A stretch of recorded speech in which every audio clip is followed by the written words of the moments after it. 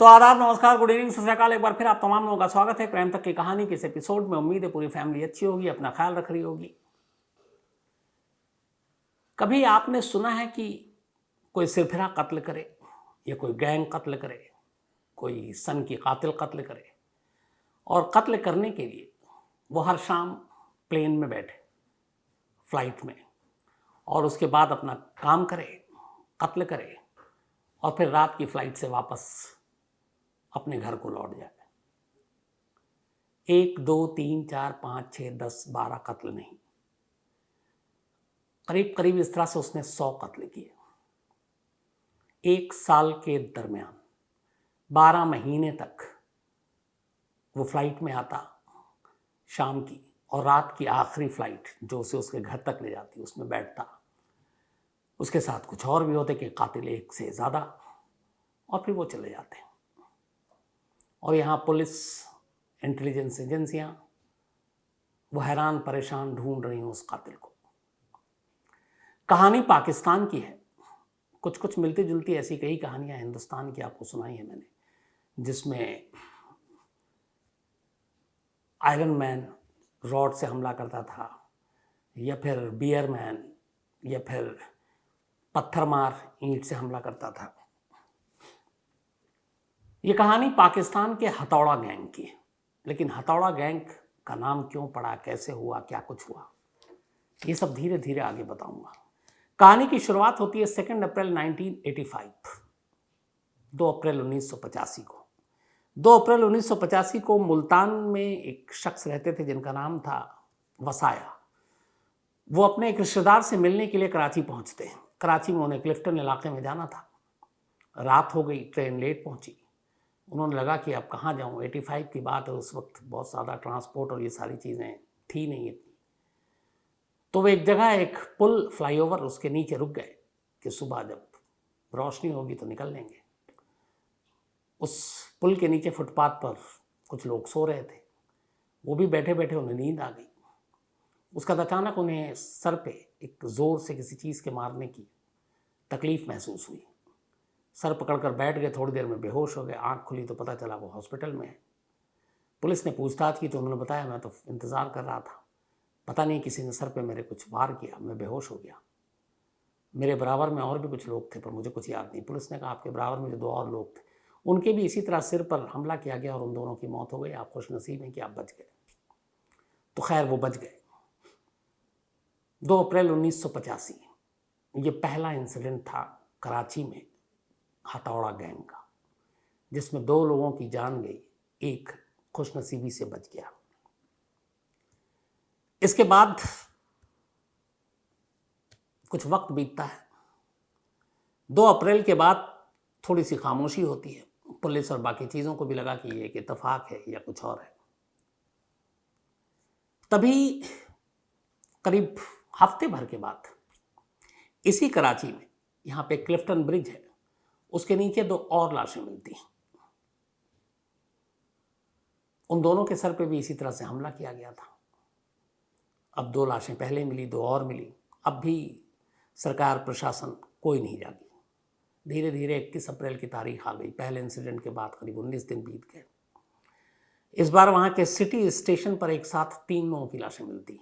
इन तीनों के भी सर पे वैसी ही चोट, वैसे ही निशान, और तीनों के मरने का तरीका एक जैसा। ऐसा लगा सर पे किसी ने कुछ मारा है। अब इस तरीके से धीरे धीरे 24 अप्रैल आते आते करीब 11 लाशें मिल चुकी थी।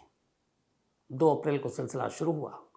22 दिनों में अगले 9 और लाशें मिली, और इन 11 के 11 लाशों का हश्र एक जैसा, उसी तरीके से सर पे चोट, उसी तरीके के निशान।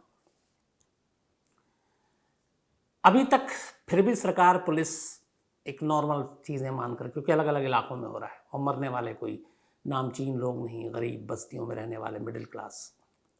लेकिन इसी के बाद एक इंसिडेंट ऐसा होता है जिसके बाद पहली बार वहाँ के जो न्यूज़पेपर हैं, अखबार हैं, मीडिया है, उनके भी कान खड़े होते हैं। और ये होता है वहीं पे एक इलाका है, गोलीमार इलाका, कराची में, और उसी के करीब है कोई एक ओलिया गांव, औलिया गांव। औलिया गांव में एक ही परिवार के 7 लोगों की एक साथ मौत हो जाती है, 7। और इन 7 के 7 लोगों के सर पर उसी तरीके से वजनी किसी चीज़ से हमला किया गया था और इनमें एक छोटा सा मासूम बच्चा भी था। इत्तेफाक से इस परिवार में 8 लोग थे। एक दूसरा बच्चा उस नीचे से हो रहा था, सोते सोते वो सोफे के नीचे चला गया। शायद कातिलों की नज़र उस पर पड़ी नहीं और वो बच गया। तो जब 7 लोगों की एक साथ जान गई तो मीडिया भी जागी, पुलिस भी जागी। अब उन्हें लगा कि ये गड़बड़ है। फिर इन 7 लाशों के जो उन्होंने देखा और इससे पहले जो उनको बाकी लाशें मिल चुकी थीं 11, उन्हें लगा कि ये सारी एक जैसी चीज़ें हैं। पता चला कि ये जो 7 लाशें थी 3 अलग कमरे में, 4 अलग कमरे में, सबको सोते हुए मारा गया। बहुत सारे लोग कराची आते हैं अलग अलग पाकिस्तान के छोटे छोटे कस्बों इलाकों से। ऐसे लोगों की लाशें, छोटे मोटे ढाबों पर होटलों में काम करने वाले कर्मचारियों की लाशें, और लाशें मिलती गई, तादाद गिनती बढ़ती गई, लेकिन कुछ पता नहीं चल रहा है कि ये सब कुछ क्या हो रहा है। अब ये 7 लाशें एक साथ जब मिली उसके बाद थोड़ी बहुत खबरें भी आई वहाँ पे, बाकी लाशों के साथ उसको जोड़ के देखा जाने लगा। लेकिन फिर एक और इंसिडेंट इंतज़ार कर रहा था जिसके बाद और वहाँ पे थोड़ा लोग अब दहशत में और डर जिनके अंदर शुरू हुई। ये वहाँ की एक फेडरल बी एरिया है, मज़दूरों की एक बस्ती है, मूसा कॉलोनी। वहाँ पर रात को सो रहे एक साथ, अब तक की सबसे बड़ी इंसिडेंट थी, 8 मज़दूरों को एक साथ मौत के घाट उतार दिया गया।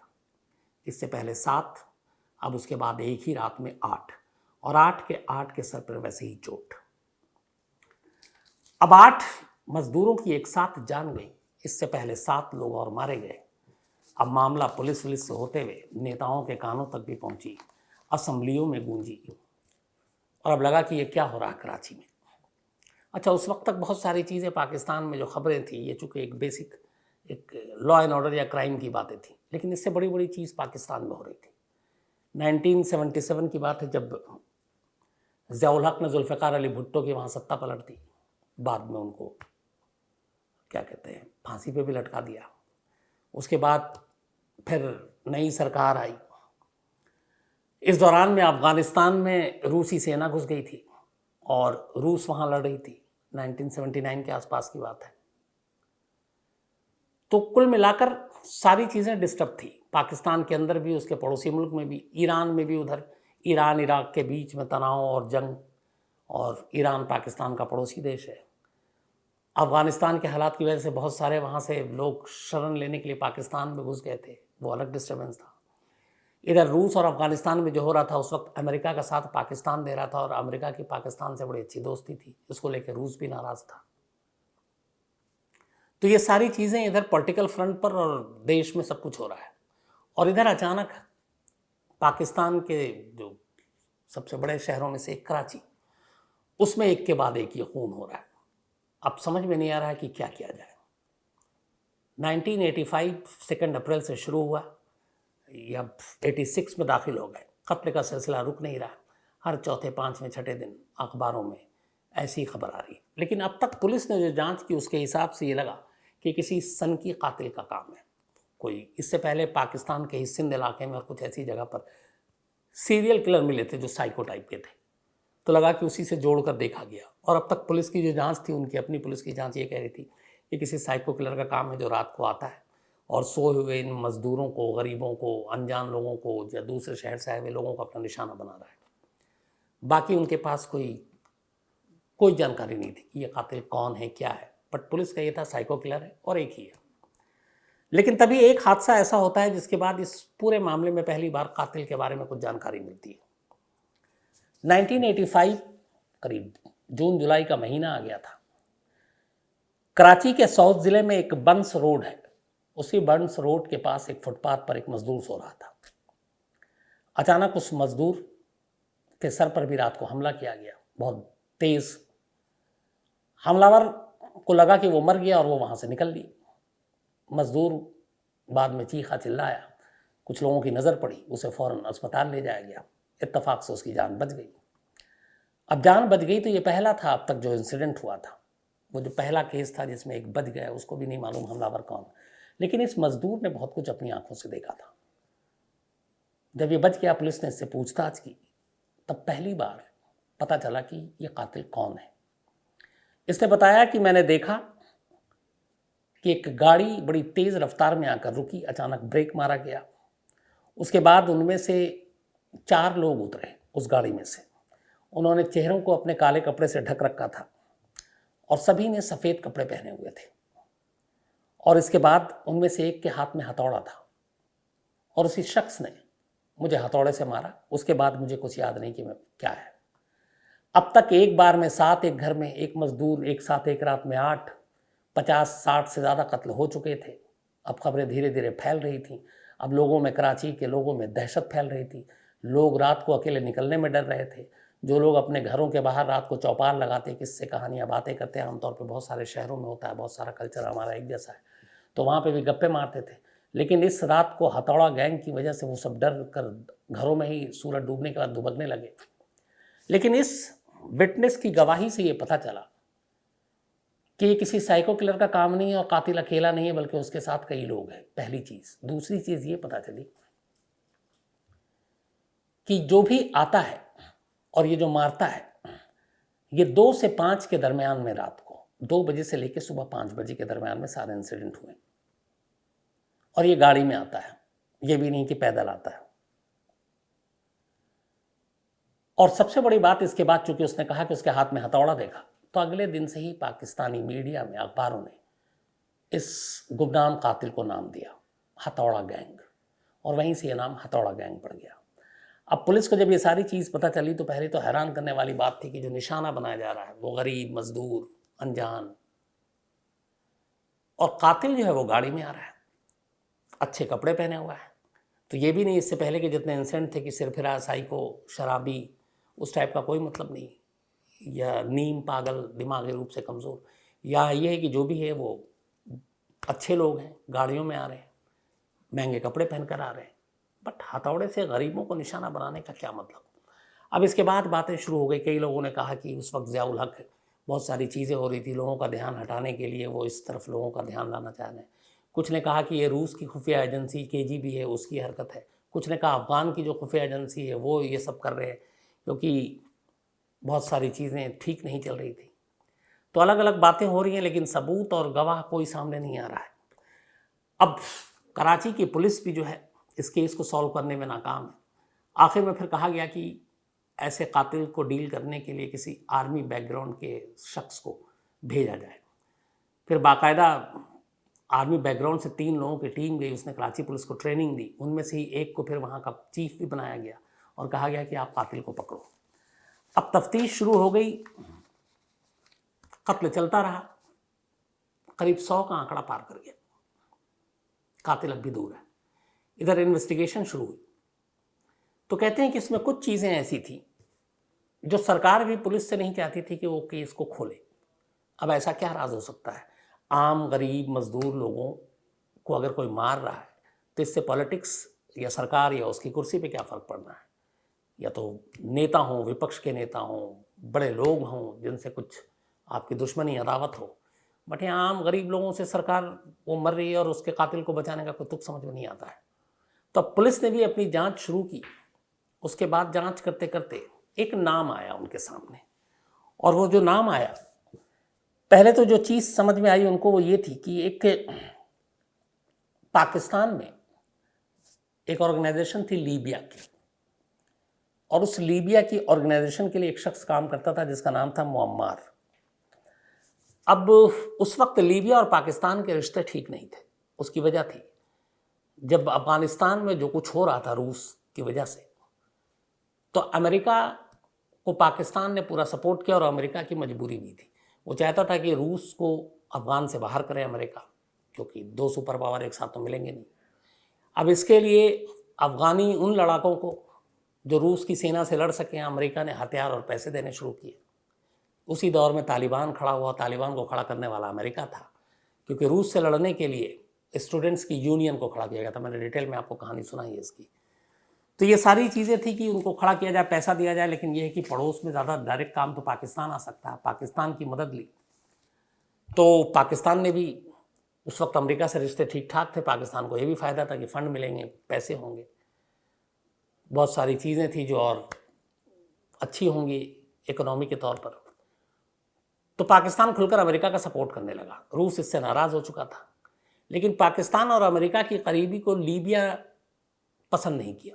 उसका ये मानना था कि अमेरिका दुश्मन है और पाकिस्तान को एक मुस्लिम कंट्री के तौर पर अमेरिका का सपोर्ट नहीं करना चाहिए। तो अब लीबिया की उससे दुश्मनी थी और लीबिया इस पाकिस्तान के कदम से खुश नहीं था। अब इधर पुलिस लगातार जांच कर रही है कि आखिर ये हथौड़ा गैंग के लोग कौन है, क्या हैं।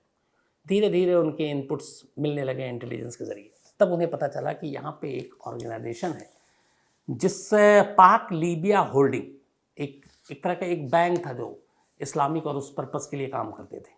और इसी बैंक से जुड़ा हुआ एक शख्स था अम्मार, जो लीबिया का सिटीजन था और वो अक्सर कराची में ही रहता और कराची आता जाता था। तो कहीं ना कहीं उस गाड़ी इलाके जब जब ये इंसिडेंट हुआ, पुलिस ने कड़ियाँ जोड़नी शुरू की। तो अम्मार और अम्मार की गाड़ियों की मौजूदगी उन मौक़ों पर और उन मौक़े वारदात पर उसके सबूत मिलने शुरू हुए। अब पुलिस बेचैन ये थी कि कराची के ऐसे लोगों को, दबे कुचले गरीब, बेबस, मजदूर, मजबूर, लीबिया के लोग क्यों मार रहे हैं, उससे क्या फ़ायदा होगा उनको। कुछ जवाब नहीं मिल रहा। फिर उन्होंने ऊपर तक बात पहुंचाई। सरकार की तरफ से कोई तेज़ी या ऐसी कोई वो नहीं आई हरी झंडी कि आप करो, लेकिन फिर भी ये था कि इस सिलसिले को रोकना है। तो आखिर में बहुत सारे सबूत, जब ये मौका वारदात पर मौजूदगी और ये सारी चीज़ें हुई तो सबूत मिले कराची पुलिस को। इसका कराची पुलिस ने अम्मार को फॉलो करना शुरू किया। जब फॉलो करना शुरू किया तो पता चला कि जिस जिस दिन कराची में हथौड़ा गैंग ने अपने वारदात को अंजाम दिया, उस दिन अम्मार या उसके करीबी लोग एयरपोर्ट पहुंचते थे कराची के, और वहाँ से 2-3 लोग आते थे और ये सारे पाकिस्तानी ओरिजिन के होते थे जो लीबिया में रह रहे हैं, मतलब पाकिस्तानी मूल के पाकिस्तानी नागरिक, लेकिन लीबिया में काम कर रहे हैं। और उसके बाद वो लोग आते और फिर जो रात की आखिरी फ्लाइट होती, उस फ्लाइट को पकड़कर या अर्ली मॉर्निंग की, वो वापस लीबिया चले जाते। अब जब एयरपोर्ट से लिस्ट निकालनी शुरू की गई, उसके बाद उनके ट्रैवल डेट को और कराची में हुए इंसिडेंट को टैली किया गया, तो पता चला कि कराची में 2 अप्रैल 1985 से लेकर लगभग जून जुलाई 1986 तक अराउंड 100 जो कत्ल हुए हथौड़ा गैंग के जरिए, उन तारीखों पर लीबिया से फ्लाइट में लोग आए और आखिरी अर्ली मॉर्निंग की फ्लाइट से लौट गए। तो यहाँ एक कड़ी जोड़ रही थी।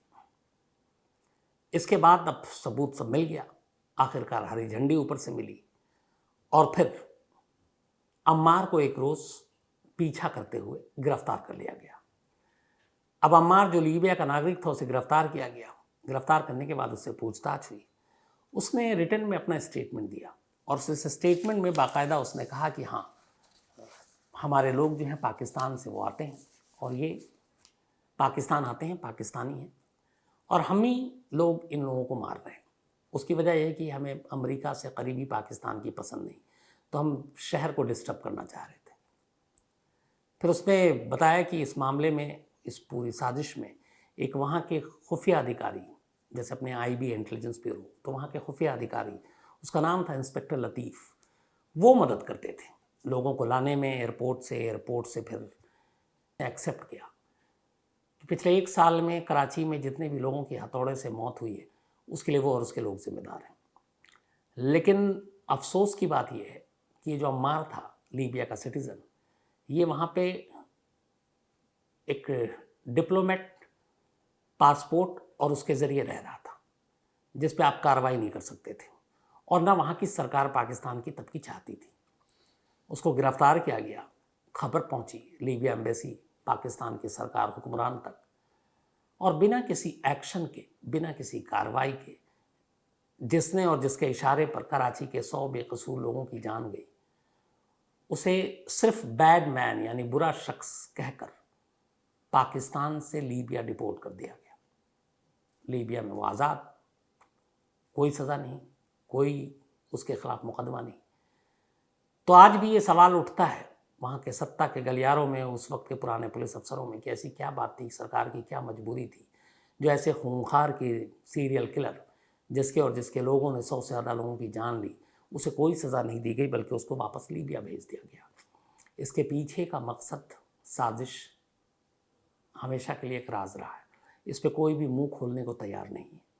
लेकिन यह है कि जब अम्मार की गिरफ्तारी हुई और उसे भेज दिया गया, वो दिन है और आज का दिन है।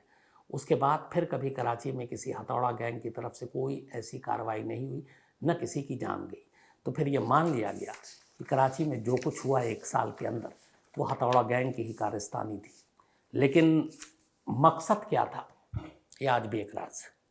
और शायद इस राज को जो बेहतर जानते हैं वो उस वक्त के जो हुक्मरान थे पाकिस्तान में या बड़े अफसर थे, वही बेहतर बता सकते थे कि इसके पीछे मकसद क्या था।